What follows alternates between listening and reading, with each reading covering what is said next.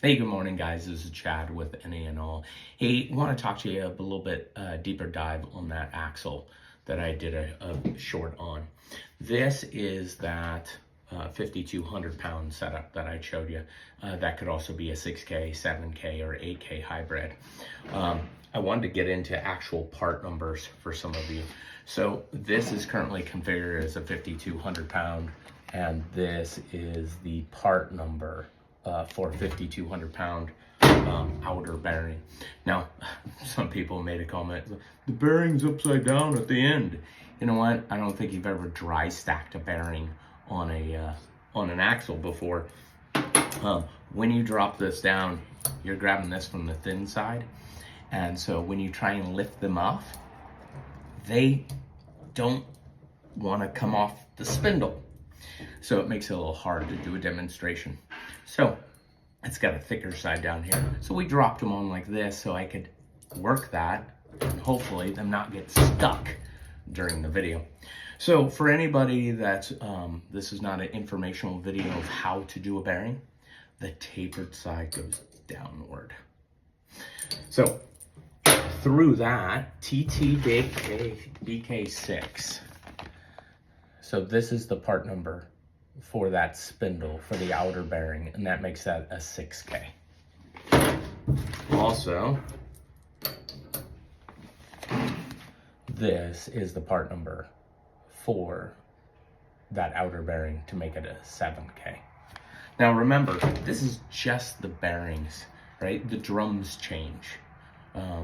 So you're going to an 8 lug when you're running a 7K or the 8K hybrid. You are a 6 lug pattern when you're the 5,200 and the 6K. So I'm just trying to talk about the spindle and what it's capable of. And the biggest thing is coming back to that tube, right? This is the tube, and what's changing is this outer bearing.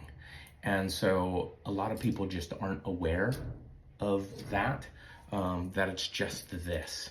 Now, the other comments that we got on my severe duty axle, right, versus the standard tube, is that this tube, just the tube, is capable of 15,000 pounds, okay?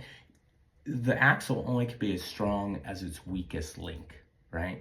So this axle right here, set up with this spindle, the maximum that this axle, even with my tube, can only be an 8K hybrid, because that's the maximum that the bearings and the lug nuts and the brakes and everything else can support, right?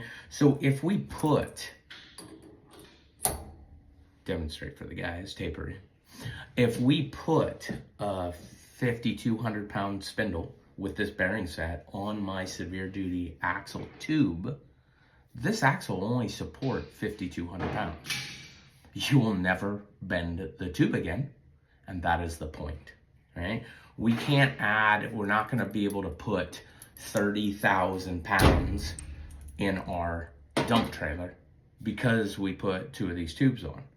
But we can guarantee that you're never gonna bend a tube again, right? So if you have 6K axles, right, you're still gonna be using your 6K drums. So when you're doing that, you're still using that 6K outer bearing and the TTBK8 or the big bearing. Actually, we'll grab one for you if you want a part number on that. So there's the part number on the inner bearing. So you're not going to be increasing the load capacity. What we're doing is we're increasing the load capacity of the tube only. So that's what's making the difference. So I just want everybody to be aware of that in the video. If anybody has any questions, feel free to call the shop. I'm more than willing to explain stuff. Also, leave a comment. I'll answer the best I can, but we're busy over here. And I'm trying to take a little bit of time just to show you what your options are and to get some real information out in the world, knowing that that's the only difference on these axles and these outer bearings. Thanks again. Talk to you later.